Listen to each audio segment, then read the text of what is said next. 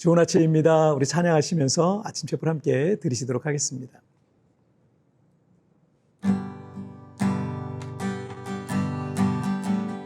무릎 꿇고 엎드리니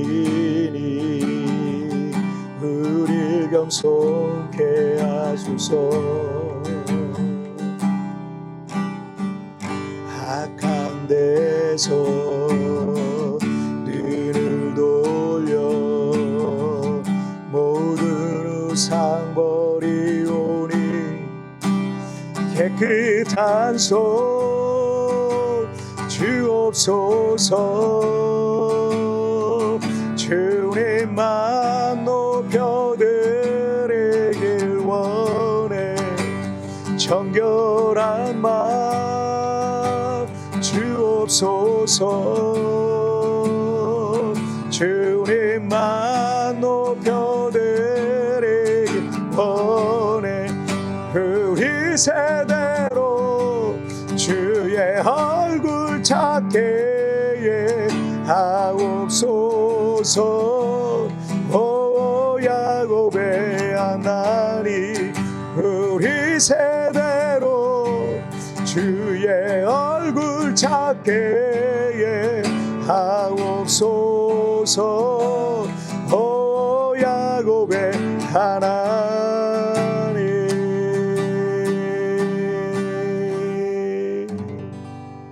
아멘. 자, 우리 같이 기도하시겠습니다.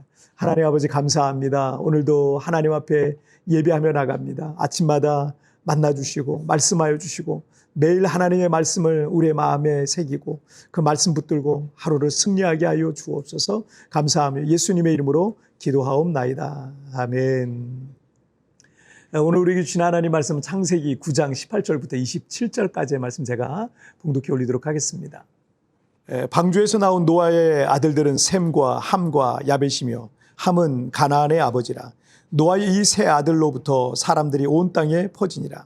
노아가 농사를 시작하여 포도나무를 심었더니 포도주를 마시고 취하여 그 장막 안에서 벌거벗은지라. 가나안의 아버지 함이 그의 아버지의 하체를 보고 밖으로 나가서 그의 두 형제에게 알림해 셈과 야벳이 옷을 가져다가 자기들의 어깨에 메고 뒷걸음쳐 들어가서 그들의 아버지의 하체를 덮었으며 그들이 얼굴을 돌이키고 그들의 아버지의 하체를 보지 아니하였더라. 노아가 술이 깨어 그의 작은 아들이 자기에게 행한 일을 알고 이에 이르되 가나안은 저주를 받아 그의 형제의 종들의 종이 되기를 원하느라 하고 또 이르되 셈의 하나님 여호와를 찬송하리로다. 가나안은 셈의 종이 되고 하나님이 야벳을 창대하게 하사 셈의 장막에 거하게 하시고 가나안은 그의 종이 되게 하시기를 원하노라 하였더라. 아멘. 성경 안에는 해석하기도 또 이해하기도 어려운 성경의 이 난제라는 부분이 몇 군데 나오는데 오늘 본문의 경우도 쉽게 해석하기도 어렵고 그렇다고 이해하기도 쉬운 부분은 아니기 때문에 그 난제 부분 중에 하나라 할 수 있습니다. 오늘 본문의 이 말씀이 섣불리 해석하기 어려운 부분인 건 맞지만 오늘 본문은 이 새로운 인류의 시작을 알리고 있는데 이 노아의 이 세 아들을 통해 인종과 종족이 나뉘는 부분이기 때문에 매우 중요한 내용을 다루고 있다라고 이렇게 할 수도 있겠습니다. 대홍수로 첫 번째 인류인 아담과 하와의 후손들은 모두 이제 심판을 받아 죽게 됩니다. 노아를 제외하고요. 그러나 노아와 그의 세 아들인 셈과 함과 야벳은 믿음으로 이제 방주에 올라와서 살아남았고 방주는 1년 동안 물 위를 떠다니다가 물이 점점 이제 줄어들기 시작했을 때 방주는 이 튀르키예 동북부의 아라랏산이라는 곳에 어떤 봉우리에 걸려서 멈추게 됩니다. 그리고 노아와 그 아들들 부부가 이 방주에서 나와서 그들로부터 이제 새로운 인류가 온 땅에 이제 퍼져나가기 시작했던 겁니다. 학자들은 이 시기를 대략적으로 기원전 2500년 혹은 3000년 그 이상으로 이제 보기도 합니다. 그러니까 지금부터 5000년, 6000년 정도 된 역사가 아닐까 이렇게 싶습니다. 자, 오늘 본문 20절과 21절을 한번 보시죠. 노아가 농사를 시작하여 포도나무를 심었더니 포도주를 마시고 취하여 그 장막 안에서 벌거벗은지라. 첫 번째 인류 중에 노아는 분명 하나님께서 인정하실 만한 의인이고 또 믿음의 사람이었어요. 그래서 하나님께서는 그 노아를 통해서 방주를 만들게 하셨고 또 새로운 인류를 시작하게 하셨던 겁니다. 하지만 이 구절에서 이 노아의 모습은 우리 그리스도인들이 보기에 그냥 그리 좋아 보이지는 않아 보일 겁니다. 홍수 노아는 농사를 시작했고요. 이 포도 농사를 해서 포도주를 마시고 취하여 장막 안에 벌거벗은 채로 누워 있었다라는 겁니다. 에베소서 5장 18절 말씀에 보면 술 취하지 말라. 이는 방탕한 것이니 오직 성령의 충만을 받으라. 이렇게 말씀을 하셨잖아요. 노아가 포도 농사를 지어서 포도주를 마시고 이걸 포도즙도 만들고 포도주도 만들고 이랬겠죠. 그걸 마시고 그 취한 모습은 사실은 얼마든지 있을 수 있는 상황일 것 같아요. 왜냐하면 이 술이 좋은 건지 나쁜 건지 음주를 해도 되는 건지 아닌 건지 술 취해도 되는 건지 아닌 건지 그런 기준이나 율법이나 말씀 뭐 이런 것들이 없던 아주 고대 사회였기 때문에 뭐 그럴 수 있을 것 같아요. 하지만 이 성경은 이 술의 취함보다 성령의 충만을 명령하시고 있기 때문에 새로운 인류의 이 시조인 이 노아의 연약함과 실수 안에서 이 저질러진 일이 아닐까 이렇게 생각이 듭니다. 그리고 이 죄는 항상 우리의 이런 연약함을 통해서 시작되곤 합니다. 때문에 우리가 이 마귀를 대적하는 방법 중에 하나는 마귀에게 이런 연약함, 이런 틈을 우리가 보이지 말아야 하는 거야. 자, 22절과 23절을 한번 보시죠. 가나안의 아버지 함이 그의 아버지의 하체를 보고 밖으로 나가서 그의 두 형제에게 알림해 셈과 야벳이 옷을 가져다가 자기들의 어깨에 메고 뒷걸음쳐 들어가서 그들의 아버지의 하체를 덮었으며 그들이 얼굴을 돌이키고 그들의 아버지의 하체를 보지 아니하였더라. 노아가 술에 취해 벌거벗고 누워있는 모습을 처음으로 목격한 사람은 노아의 이 세 아들 중에 가나안의 아버지 함이었습니다.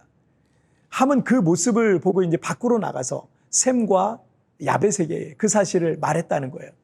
그 얘기를 들은 이 셈과 야벳은 급히 옷을 들고 아버지 노아가 벌거벗고 누워있는 이 장막으로 가서 아버지의 하체를 보지 않고 갖고 온 그 옷으로 노아의 이 하체를 덮었다라는 거예요.